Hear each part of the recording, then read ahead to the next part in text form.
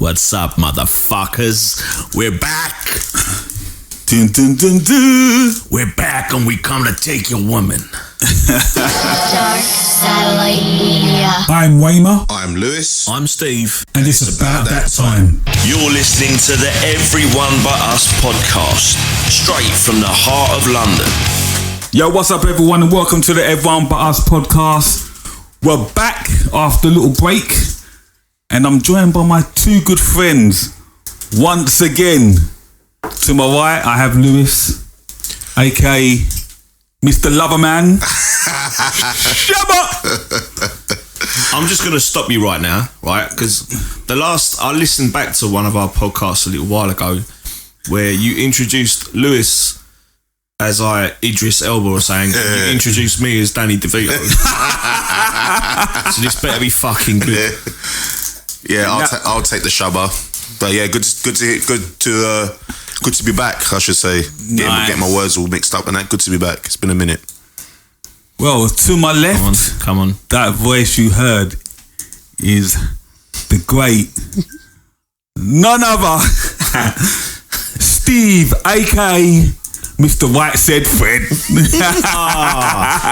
He's a COVID denier. He's a COVID denier. That just, it's all love, man. How you doing, Steve? How you doing, Lewis, man? I'm sexy. Too sexy. For your Exactly, shirt. man. Too sexy for your... Too sexy for my vaccine. So, guys, we're back, man. This is the first time we've been together since 2019, possibly. In the same room, that is. Didn't we? It was the start of 2020. Ian Glasper was the last time we was in the same room together. Oh, wow. That one. Yeah. That's fucking hell. That's a long I think time. that was about January or February 2020. That's crazy, man. Yeah. I mean, to be fair, we've done quite a few over on online and that, but obviously being together in a room together. Yeah, man. It's good to be back though. It's been a long time, man. I mean, what I would say is Zoom's a great thing, but you don't get that same chemistry when you're like in the same room together. Nah, you don't. Yeah. Like it's Looking at each other. looking at each other, breathing on each other, sort of like feeling each. Oh, actually. Well, yeah, you're getting a bit far there, but you're getting a bit far. So, what's been going on, man? Shows have been happening again. Yeah. Any particular thing you want to talk about, or before we get into the show? Well, obviously we recently played. Obviously, people who listen to this podcast may or may not know. Obviously, I reckon 95% of you guys listening will know. But we're all in the same band, aren't we? We're in Ironed Out, and we recently played Damage Is Done Festival this weekend just gone. So massive shout out to Quality Control Records. Yeah, it was a cool fest, and man. everyone involved in organising that. It was really cool. Like, I mean, it was definitely a show that I don't want to say not used to playing, but it's obviously, you know how the scene is a big scene, but it's also very fragmented and it's got its different sides in it. So it was really cool to play another side of the scene that we wouldn't normally ever play. So it was cool. I enjoyed it. It was a late night as well. We on the way home we got stuck in traffic, innit? Oh yeah, that was a nightmare, Yeah, man. had to turn back. My first show back was the Ready Eye Fest, and Oh yeah. I caught COVID. I think a few people caught COVID from that show, right? Yeah, Only about 30 odd. Only 30. Few people did catch COVID, like, and some people were going a bit fucking over the top, calling it, oh, it's a super spreader event, blah blah blah. And I'm like, I mean, don't get me wrong, I'm not talking shit on anyone. I'm not going to name any names or anything like that. I mean, everyone had their opinion, but at the end of the day, you made a decision to come. You didn't have to come. And if you did catch COVID, and I do honestly genuinely felt bad at the time, but then at the same time, it's like people knew the risk and they took the risk, and I'm glad that no one's passed away from it or anything like that. Just on that point, has my lawyer been in touch with you yet? Nah, he hasn't, mate. Nah. No, but I caught it. I'm pretty sure I caught it at Ready Eye, and I was lucky really because all I had was like a banging headache, like flu-like symptoms. And I've done 3 or 4 lateral flow tests, all came back negative, but like the 5th time it came up positive, and yeah, I was out of action, man. Steve, you haven't had it, have you, COVID? Well, I don't think so. So I think right at the very start, I had a temperature and I was like, couldn't smell anything for a little while. I think it might have been it, but I don't know for sure. But yeah, since that, I've had nothing resembling it. So I've been lucky, really. I've been pretty lucky. Touch wood, I have not caught it as yet. I did I thought I caught it, at the early stages in the beginning when I was living at my family home, but it just turns out that I had the window open really wide during the middle of the night, caught the shivers, and then and just shit myself. And I had to stay in my room for a fucking week, and I got my sisters to make all my fucking dinners and breakfast. So that wasn't too fucking bad. But besides that, nah, not cool. Even like during UK Alcohol Returns, everyone was just like dropping like flies, so to speak. And I was just waiting, thinking, 9 Bar. oh yeah. I mean, they played as well, didn't they? Yeah. Fatty broke his arm, but and then got COVID. Yeah. Yeah. So Fatty from 9 Bar got COVID and he broke his arm at that show. Yeah, it's wild. And he didn't know it was broken for a few weeks or something, wasn't it? No, I think it was straight after Oh, that. was He it? knew Okay. that like the next day or something. He didn't know that night. I think he smashed his arm on Banjo's head, and Yeah, Banjo's got a hard head, and then so the that next would day, happen. he just turned up the next day in a sling. I was like, Yeah. what the fuck? When did that happen? Like, but going back to what I was gonna say, like me and Rach were just waiting, like going, oh, it's gonna happen. We're definitely gonna fucking catch it. Like it's going to happen. We didn't get it. We never caught it, and still haven't caught it. So touch wood, I don't catch touch it. wood. So yeah. A part of me is happy I had it, to be honest. I know it sounds kind of mad because people are dying from it, and shout out, my sympathy goes out to anyone that's been in hospital with it or had family members that have died from Passed it. away from it. Yeah, But for a real. part of me wanted to have it just to get, Just so you could tell everyone I had COVID. I had man, COVID yeah. and I recovered. I man. recovered from COVID. It's just a talking point for people to beat someone over their head with if they say, oh, have you not had your vaccine? I caught COVID. I'm still here. I'm still alive. Herd immunity. Fuck you. So anyway, we're here in Steve's flat, man. It's a lovely little flat, man, aka the Torture garden. aka the torture garden, aka the Torture shrubbery. yeah. What's all them chains in the other room you can't about? see it, but there's a fucking gimp mask hanging off the wall in the Oh, living room. shit. I saw the big black dildo. Yeah. Yeah, I'm sitting next to him. Oh man. So Steve, we understand you've talked about it before. So quickly for the podcast, we understand that you live next door a bar that plays a lot of live music. You've had a lot of great bands here. Can you just give us a run through? Well, when you say great bands, it's just great cover bands. Yeah. So it ain't like fucking the Rolling Stones that turned up and played in it. Ah, damn.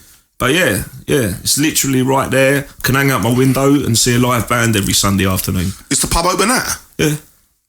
Sounds very quiet. I mean, obviously, It's just fucking freezing. I mean, the now. last time I was here, oh yeah, you know what? That's fair. Yeah, no one's gonna be sitting in the pub garden right now. But yeah, the last time I was here was when that horrible 0-0 England versus Scotland, didn't it? Yeah, it was rowdy. It was rowdy though, wasn't it? Yeah, it was really loud. We did try and record a podcast that day, but Wayman was so late that he never turned up. Yeah, And I can't remember what happened. I can't remember. Something happened. Can't remember. Was you not working far away in Surrey or something? Yeah, I got stuck. Yeah, and and you I got couldn't stuck, make it. and Yeah, the weather was really bad as well. Like, I do remember the weather being really bad, and the game being super shit because that's when fucking rubbish. That's when all the Scots came down and just took over fucking took over Leicester Square and just loads of places and shit like. And they were just going mental, man. What's the best band you've had then? Because I remember you shared a video in a group chat of a band doing Fleetwood Mac, and they sounded pretty fucking. Yeah. I would love to do a cover band, you know. I wouldn't mind, to be honest. Yeah. I wouldn't mind. It does pay all right. I do G.G. Allen, but you could be the singer. Yeah, anyway, man, it's good to be back with you guys, man. And you know what? We just wanted to get the podcast going again. We thought we'd get together. And today we're just going to cover a few topics, but we will be back with some interviews very soon. So obviously, with the success of one particular TV program that's been out recently, Squid Game, and I've not actually watched it. Is it good? I've not watched it. Like, I never do this, but I was the first to post Squid Games. I'm sure of it. Yeah, you was. yeah, on like I was like, thank you, in our groups and that. Yeah, you was like you was the first to talk about it. Can I get a hand clap for that, please? Come on. You can clap for yourself, Oh, right? fuck's sake. See, this is the love I get from these. There you go, man. I have to clap for myself, everything. See? That's all you get. No, yeah. So, how did you? Was it sort of like just seeing it on Netflix, like what you should watch next, that you just decided to watch it, or was it the whole hype of people talking about it and wanting to watch it? I'm not just saying this, but when I watch Squid Game, no one was talking about it or anything. Yeah. But what I tend to do is I'll just look at something, I'll read the brief description of what it's about, and I'll just give it a go. Yeah. And I watched it, and it was and from the start, it had me, man. The first game is just like it kind of comes out of nowhere, doesn't it? Yeah. Where it just starts shooting people. Yeah, I was like, what the fuck? Brilliant. Like, I knew something was gonna happen, but I didn't know what. And then when the fucking people started getting shot, I was like, this is fucking wild, man. I don't. It doesn't even matter about spoilers because it's been out for so long now. Yeah. So if you've not seen it and you don't want to fucking hear people talk about it, Tough fucking shit. But obviously it was a worldwide success. Obviously, I mean, most people in the UK and the US and around Europe, just pretty much all over the world, whoever can access Netflix, was like giving it rave. What's the word? Rave reviews. Sound like Jonathan Ross there. Rave reviews. People were super into it. Like, but yeah, I never watched it and that. But I did watch a couple of sort of like commentaries about it on YouTube, and apparently it's a critique of capitalism from from the owner. Yeah, apparently it's a critique of capitalism. Explain that. In what way? Well,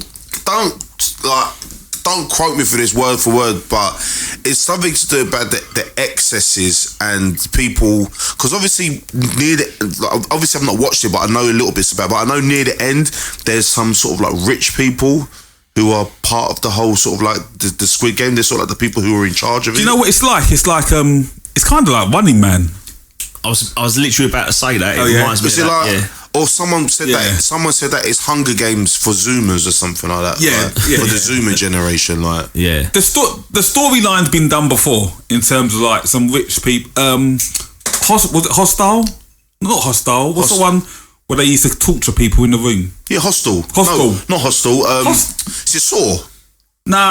Hostel. The film. Hostel. Yeah, film. Yeah. That was based off rich people that wanted to torture, that paid to get people to be tortured, right? Okay. So it's kind of like the same kind of like idea behind Squid Game. Some rich guys that like to watch people fucking die, basically. And then there's Hard Target with Jean-Claude Van Damme, where people pay to fucking hunt people down and try and kill them. I don't think I've seen. No, I most probably have seen that, but not for a long time. I mean, there are definitely a lot of films with films and TV shows with the premise of rich individuals in society who just want to fucking like pay to see fucking people be killed or whatnot.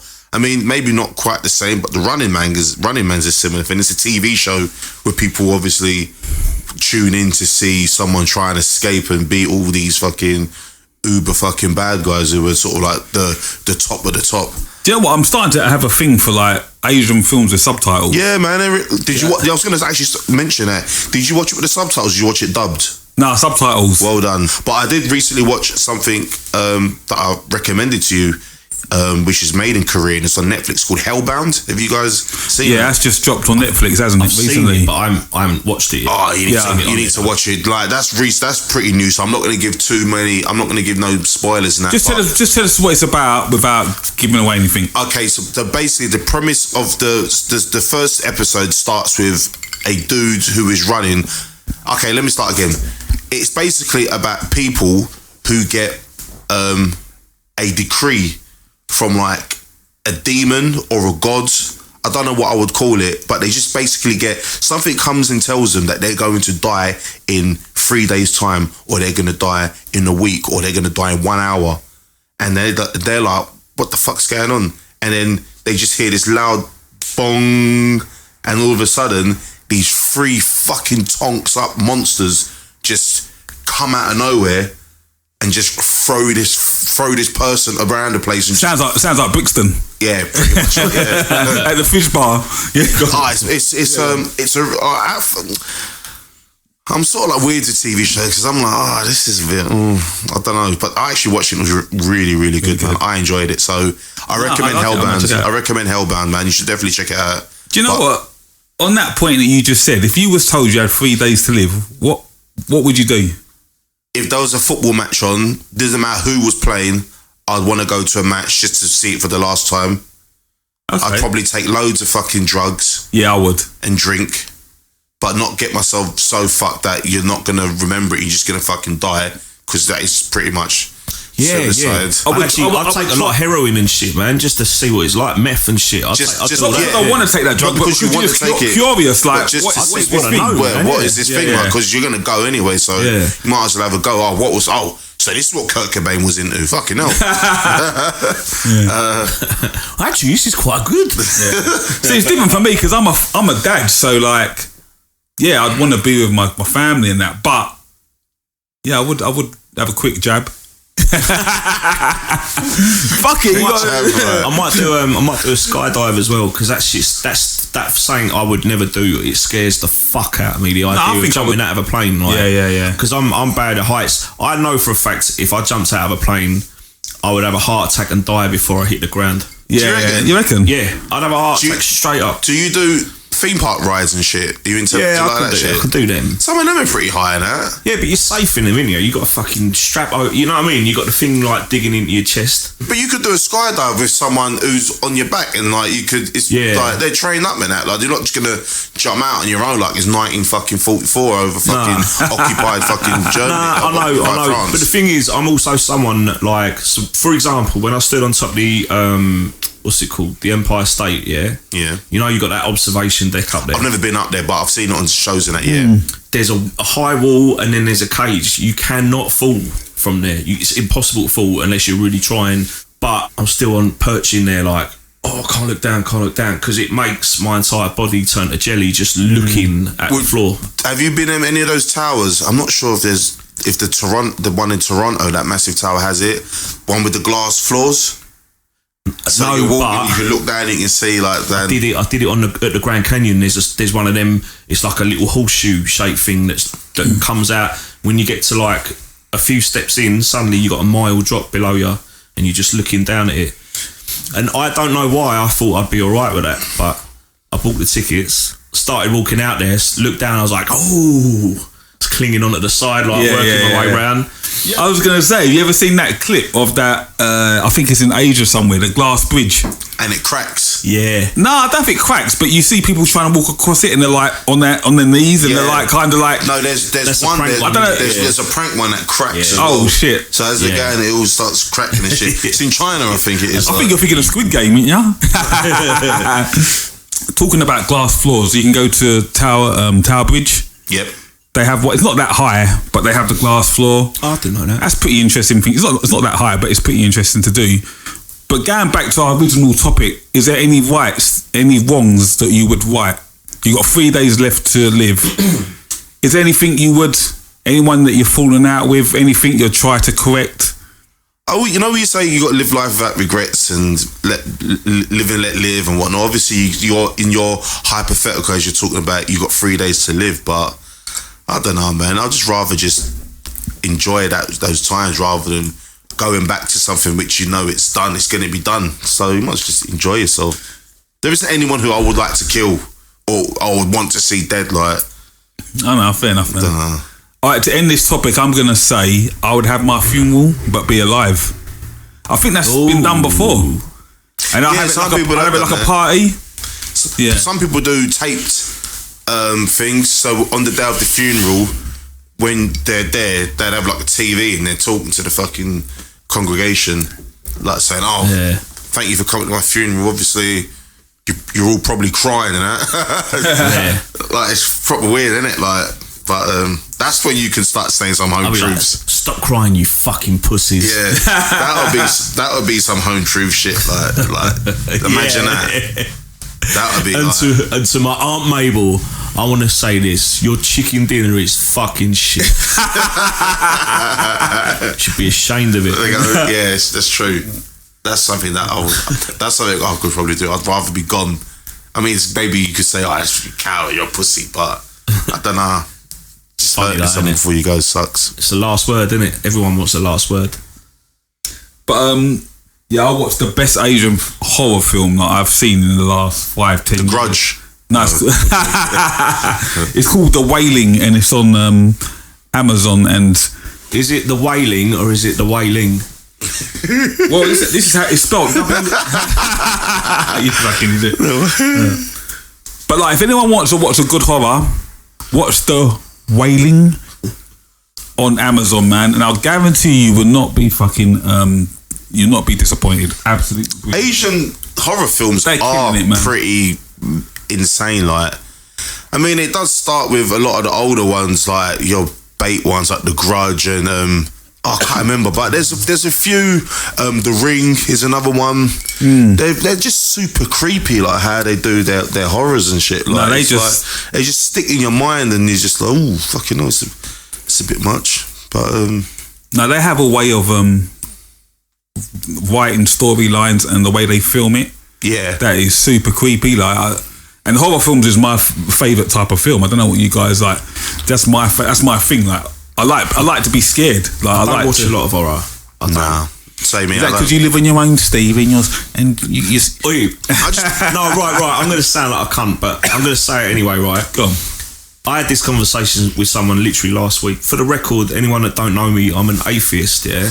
But if I watch a fucking ghost movie, a proper good ghost movie, where it gives you the fucking jumps and shit, when I go to bed, I'm like alert. I'm alert. I'm just waiting for something the whole time, and it fucking takes me hours to get to sleep. And I can never get out. It takes me fucking hours. So I can't, you're right, I can't sit here and watch a fucking ghost movie before I go to bed. Because I don't fucking sleep. And that's the truth. And now you know me a little bit better. Yeah, I'm not really one for horror movies. Not because I'm scared or anything like that. It's just not into them. Like they just they just don't do anything for me. I prefer like bait action movies, like bait American action movies. Yeah, that's my shit. I like that as well. Do you know what I mean? I watched Commando in the cinema the other week.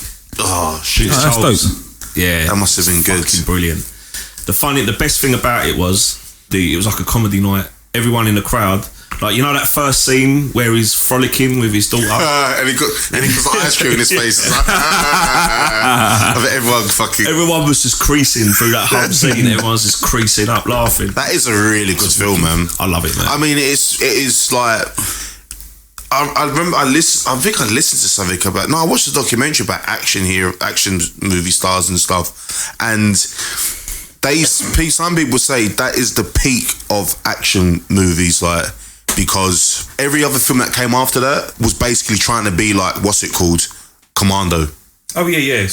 Every film after that was just trying to be like Commando because you had a lot of knockoffs, you had some other bits, but I would say probably after Commando the best action film that was like serious and wasn't obviously like Commando's very tongue-in-cheek, isn't it, like because it's got a lot of comedy in it and it has got like some good like action sequences and set pieces and shit, but Die Hard like was probably the next best action movie of that genre, but obviously it's a different type of action movie because it's a copper and it's sort of like suspenseful and all that sort of type of shit. But going back to Commando, like it's just can't be touched, man. I've never seen Cobra before with Arnold Schwarzenegger. Oh yeah, cool, with the shades. Yeah. He used to wear the Is that good?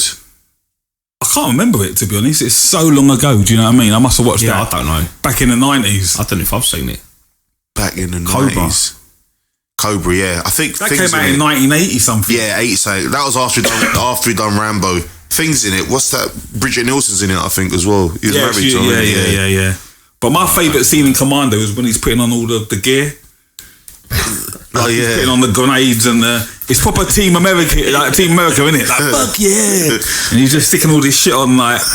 But I think the good thing about Arnold is he wasn't I think he was a bit tongue in cheek. I think he knew it was a bit. He knew it was a bit funny. He wasn't taking himself too serious. I think so, and I think that's why the films like have lasted the test of time. Do you know what I mean? There is no like situation on planet Earth where one geezer could fight off take on the whole fucking army like, of an island. There's one bit which is so fucking ridiculous. Like he's got like his fucking massive M60, which is a big gun in its fucking self, like to carry. And like, cause normally with a gun like that, you got to fucking it's a LMG, so you got to perch down and shoot that, or stand in a prone position and shoot. He's like running across the fucking lawn at this fucking like in his fucking what's it called?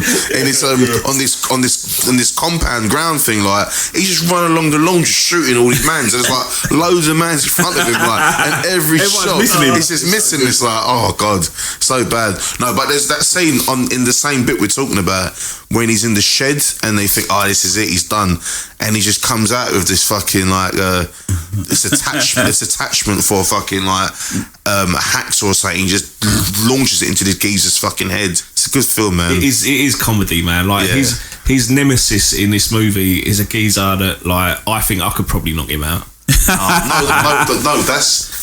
I'd say you're wrong because Bennett is that dude who. Well, you saying I'm not old? Nah. But no, he's one of them dudes. He's got no muscle, no definition to his fucking arms. He's wearing fucking chainmail. But you know he's a fucking certified nutter though. He's an actual nutter. Like he's in the same unit as fucking.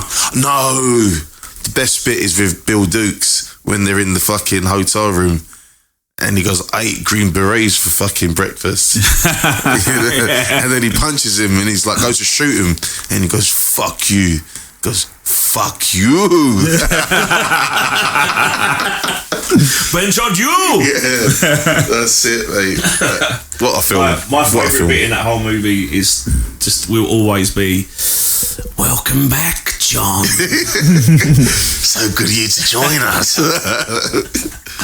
I'm surprised that hasn't been sampled in a hardcore CD somewhere. I think we might need to do it. I think we need to do it. Do you know what? The amount of films I've watched and I've been like, I know this little patches of words. What fucking CD is that? Yeah. And I've been fucking racking my brains going, oh, that's Billy Club Sandwich, or that's this band, that's that. Do you know what I mean? It's true. Is it not true that you can't really do that anymore because shit like that gets flagged on Spotify now? No, because I don't want to say that. Once someone done it, I know Pain the Truth. I've listened Pain the Truth, yeah. Recently listened to Pain the Truth. They've got like a lot of samples on there. They've got a fucking as good as, what's the one with Tom Cruise and Jack Nicholson? That's the most famous line. You Can't Handle the Truth. Yeah, what's that one? Few Good Men. Yeah, Few Good Men. They've got that sample. I thought so. Yeah. It's funny because when I was listening to that EP, I was thinking, shit. I'm surprised they never got flagged. Yeah, because that shit gets flagged now, like, which is mad. But do you know what happens? They flag it and they just take the money off it. Like you can put shit up on YouTube and they're just they demonetize it. Yeah. Everyone but us. Straight from the heart of London. But anyway, I've got another subject that I wanted to talk about, and it's a little bit heavy. It's heavy. So I wanted to talk about this subject because I remember myself being a young kid, and I went to my first ever festival, man, and that was Donington in 1994, and it was Monsters of Rock. I think I know where we're going with this. And it was Aerosmith, Extreme. I've got a funny story about Extreme. They had a fucking terrible time. On their set, they was getting fucking piss bottles thrown at them. They was getting booed. I felt really bad for them at the time, to be honest. They had Pantera playing. That was the Vulgar Display era, pre-Seacal. You said white wine. Fucking Saboteur, Chaos AD era. They had Biohazard. Yeah, and I don't know if there was that was a famous show for Biohazard because their set got shut down halfway. They had Therapy. That's when Therapy was like... Therapy were top then, weren't they? Wild Outside there as well in they had the Wild in their early years. So anyway, it's my fucking first time at a festival. I'm psyched, like, I don't know what I'm doing. And I remember I just used to see people crowd surfing everywhere. And I thought, that looks fucking awesome, man. Like, I want to do that. So anyway, a few more beers. I'm fucking in the crowd. I'm having a good time. And what people would do is, if you wanted to crowd surf, you would gesture to someone next to you and they would jockey you up and throw you up. So I'm like drunk. I think fuck it, I'm gonna do it. My first time crowd surfing. I'm only young. I remember fucking some geezer just throwing me up, and I'm crowd surfing, and I'm thinking this is fucking amazing. This is fucking amazing. I can't remember which band it was, but then I remember like just at some point you just drop. Yeah. So I dropped, and I remember I'll never forget this. It's like fucking drowning. I was trying to get up, but the crowd just started stamping on me. Oh shit. And I was like fucking trapped. Stampede. It's like a stampede, man. And I was like fucking, I'll never forget, my heart was fucking, I thought I was gonna die, man. But then it might have only lasted 5 to 10 seconds, but then someone pulled me up. Feels like longer, doesn't it? Did you feel like Simba in Lion King when he's in the stampede? Yeah, but I just remember that fair, man, and like fucking absolutely shitting myself. And my advice to any young person that's listening to this, like, if you're ever like your first time going to a big mainstream festival and you want to crowd surf, one, don't do it before the breakdown of a song, because that's when the crowd goes the worst. Yeah. And just make sure you got friends around you, you know what I mean, that like fucking can help you up. But in that moment, I almost got fucking, I absolutely shit myself. So the reason I'm talking about this is because obviously what happened with Travis Scott at the Astro World. I genuinely didn't know what happened because I woke up in the morning, obviously the day after it happened or during the night of when it happened, and I was seeing this thing trending about Astro World. I was thinking, what the fuck's this? I don't know Astro World. I've heard of the artist Travis Scott. I couldn't tell you a Travis Scott tune, but I know he's a big artist. And when they were saying that people were fucking dead, I was like, what the fuck actually happened? Like, then I read into it more, and then I saw some videos of people getting carried out, and the concert had been stopped. So I was like, oh shit, this is going to be some like fucking massive news. But the fact that there was people who were clearly like in trouble, like injured, dead, and the show wasn't shut down, it's fucking insane. Like, I think it's but at the same time, people sorry Steve, but at the same time, people trying to attribute the problems to the artist Travis Scott, saying, oh, it's his fault, he should have fucking what's he supposed to do? Like, he's not in charge of like security and running of the shit and that. And they were saying, oh, police told Travis Scott, because apparently he's had previous shit at some of his shows that have happened, because they go off, obviously. Like, people go wild at some shows, like they go absolutely crazy. Yeah. So I agree. I agree. I saw a lot of stuff about like how irresponsible he was for carrying on the shit like that. The geezer's up there trying to put on a show. Like, I've seen footage where he's just jumping around. He's fucking very energetic on stage. It's pitch black outside and you got bright lights shining on it. You can't see what's going fucking on in the crowd. No, you can't. It's up to the festival organisers to fucking make sure that it's safe enough for people to be there. I don't know why, but my first thought when they said that people down the front of the crowd were getting crushed, I just instantly thought of people at Hillsborough. Yeah, I thought about that as well. That's the sort of thing that happened to them. And then when you sort of like see pictures and you read about it, because I have seen some pictures from Hillsborough, like, and you're looking at it and you're like, what the fuck, man? Like, that many people just, I'm like, it's just pressed up against the fucking barrier. And you people can't just move. Squeezing through the thing and you can't move. It's fucking horrific, man. It is horrific. Money kind of dictates, like, no one wants to be that guy that says this ain't happening because you're shutting down millions of dollars. Yeah. And that is the horrible thing here. Do you know what I mean? I think there was a point where there was I see one footage where there was the cameraman was filming the stage and these people were jumping up to the cameraman saying, look, people are fucking dying. And the cameraman was just like ignoring them. And that cameraman most probably feels like shit now. And to be honest, fuck him, because I feel like a part of me feels like you could have done something. You could have radioed to someone, but he's most probably thinking about his job. Exactly. I've got to feed my family. If I stop filming, I'm gonna lose my job. It sucks, money, man, but that's the reality of the fucking world we live in, where it's like, I can't stop doing my job, right? Because if I do, even if I know that I've got to help fucking people, whether he knew or not, if you stop what you're fucking doing, because this shit's probably going to be, well, I don't think there's going to be any DVD or anything that is going to be put out because of the tragedy surrounding it.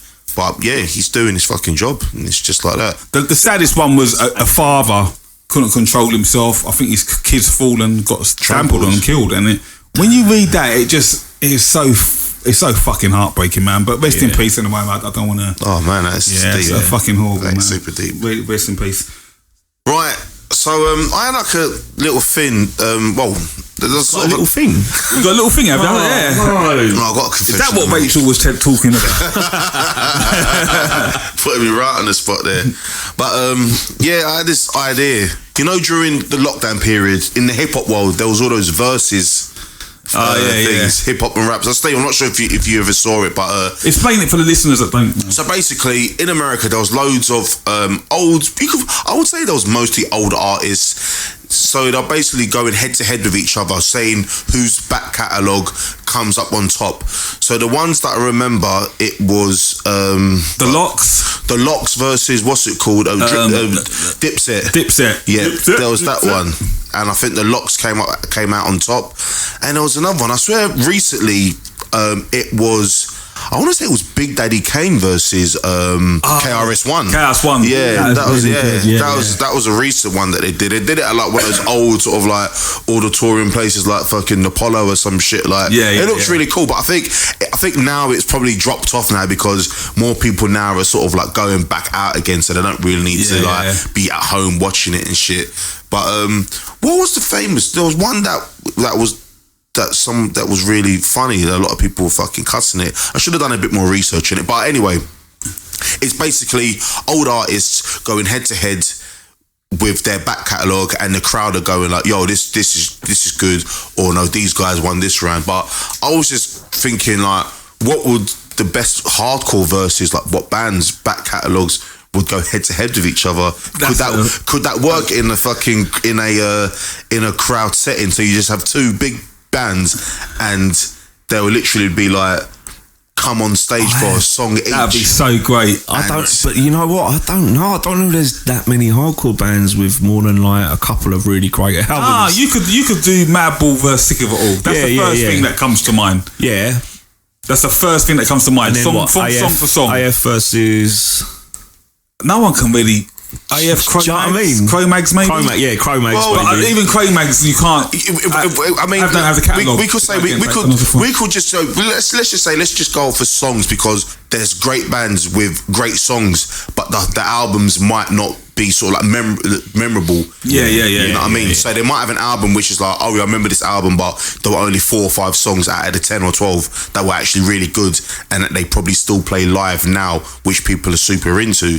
But I reckon Terror would be fucking... Imagine like Terror versus Wisdom in Chains in the verses or something. I know they're like two different... I know they're like two different sort of types of band, like, but it'd be pretty fucking cool, like, you know what I'm saying? That'd be great, hit for hit, man. Yeah. Tell us in the comments, obviously, when we put these out, or on our Instagram page, etc. So everyone but us on Instagram, and just like let us know what your favourite verses or what you'd think would be a great verses matchup would be. And then Oi verses as well, like, could you imagine Oi verses would be The Business verse Last Resort or something, like, yeah. Or Cocksparrow, no one could.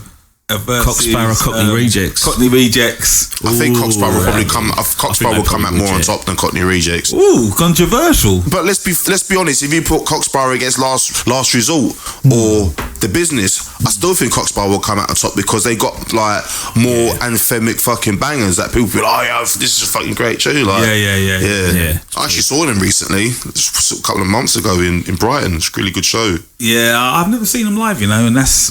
Oi shows are so weird, man. Yeah? They're so fucking weird. Fucking full of geezers. No, there's a lot of like friendly people, and people, you can see people... One thing I would say about Oi shows, there's a lot of old people.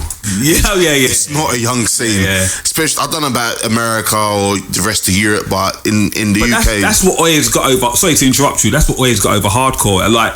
A lot of the older generation hardcore, kind of, they still listen to hardcore, but they don't go to shows no more. Yeah. They just like, do you know what I mean? They kind of retire from going to live. They come to the odd show. The odd show where he's in Oi, they could be in a fucking wheelchair, Zimmer frame. It's true. Yeah, I see a lot of geezers with walking sticks and shit, like, and you can tell that they're visibly like old, but they're still supporting it. They're still dressing up. They're still down for it, and they support, like, because there's like the merch table was just busy all night, like people just buying shit and that. But the downside to that is I don't think there was many young people coming through. No, I just did not see a lot of young people.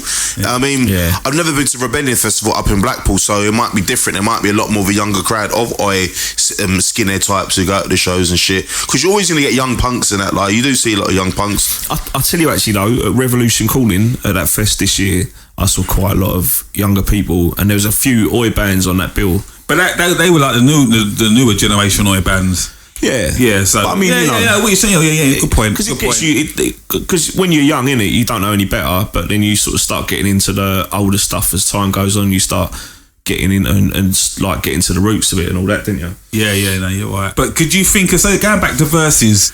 What about both at their peak, Pantera versus Saboteur, Chaos AD versus Vulgar Display of Power? Nah, bruv. Who wins? Bruv. For me, Chaos AD was not Sepultura's peak.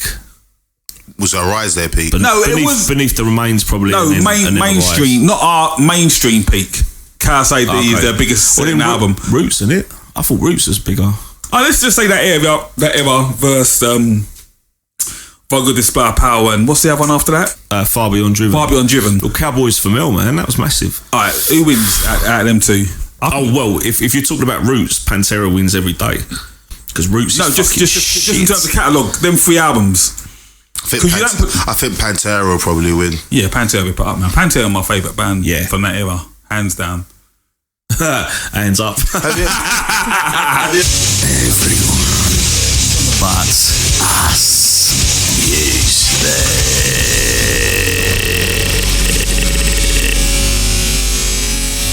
I've got a question for you guys. When you're growing up, or even now, is there any particular female artist, pop or whatever, that you had a crush on? Louise from Eternal. You? Whoever, can't remember. If you don't know who Eternal is, it's Jamie Redknapp's ex-wife, Louise. Yeah, If you don't know who Jamie Redknapp is, he's Harry Redknapp's son. And if you don't know who Harry Redknapp is, God, that's terrific.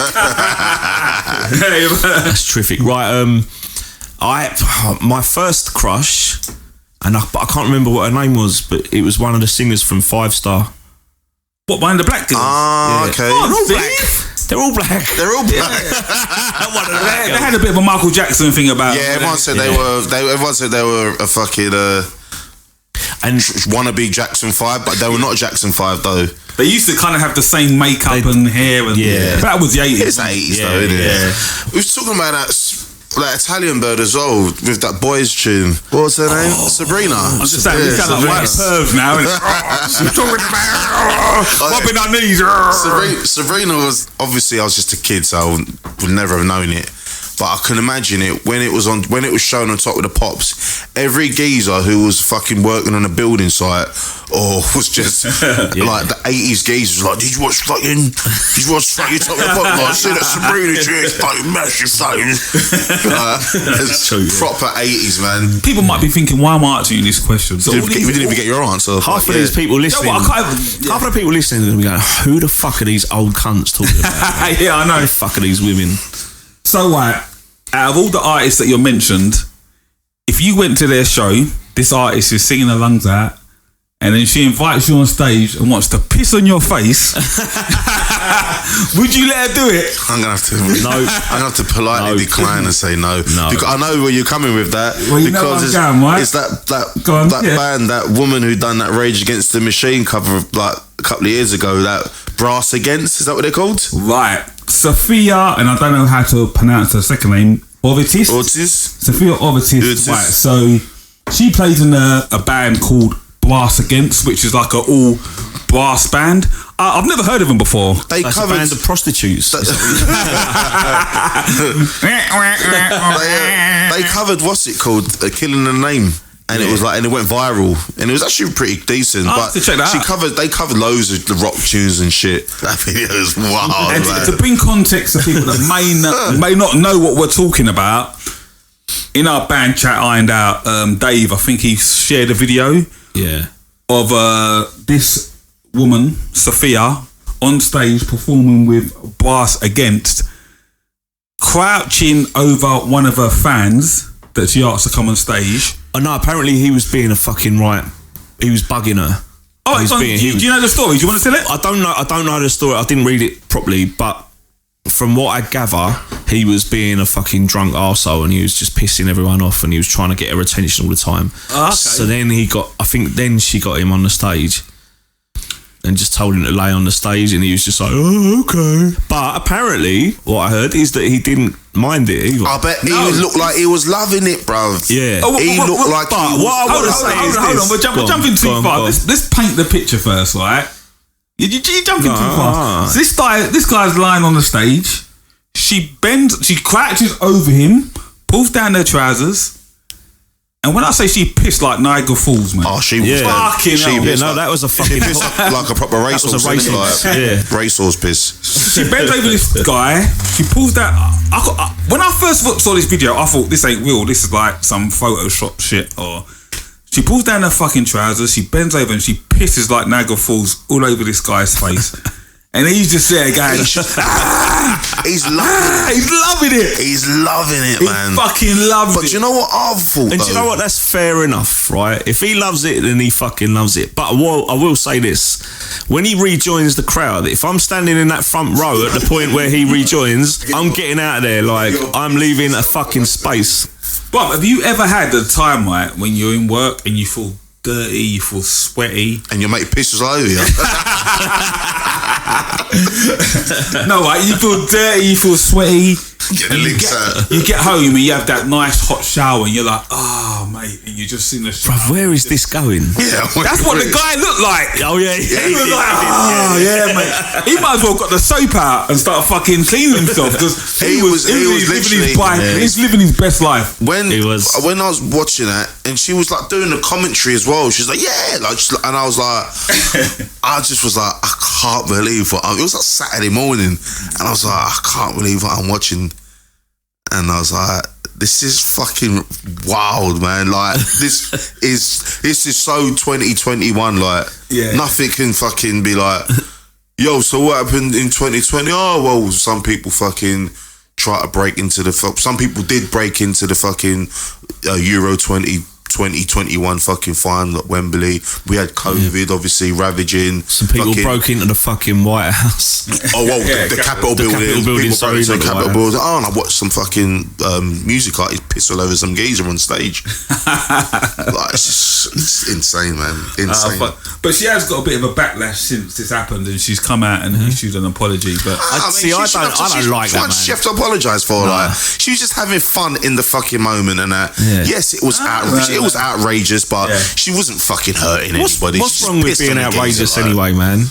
People like to be outraged though, man. These days, they like to be outraged over certain things. The culture war at the moment is just fucking insane. Like the culture war on the left and the culture war on the fucking right. It's just every other day there's just something that's just fucking happening, and it's like, damn, like I wonder what the population of this I wonder what the percentage of the population actually cares about this X, Y, whatever issue that is going on.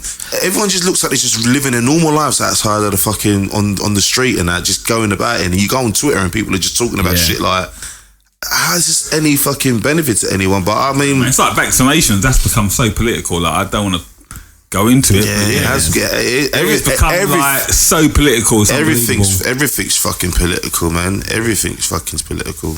The one thing I would say is that phrase, there's no such thing as bad publicity. Yeah. Nah, man. Fucking true, because I can guarantee you this blast again, because I bet there's streams and this went up. Streams.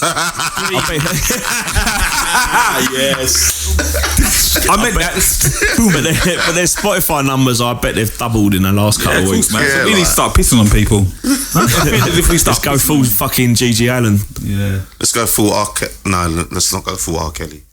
Yeah, so anyway, we just wanted to touch base with all our listeners. We are back. Expect more podcasts from us. Expect some great interviews and some great chats. And some great chats, man. So we're going to end this podcast now on some quick silly riddles. So you guys ready? Go on. Riddle me this. All right. Right, so the first one. What has to be broken before you can use it?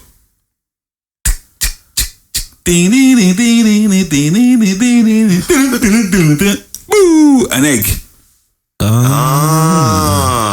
Okay, next one. I'm tall when I'm young. I'm short when I'm old. What am I? Tall when I'm old. I'm short when I'm young. I'm not good at riddles at all, mate. This one is shit. A candle. Oh, okay. Yeah.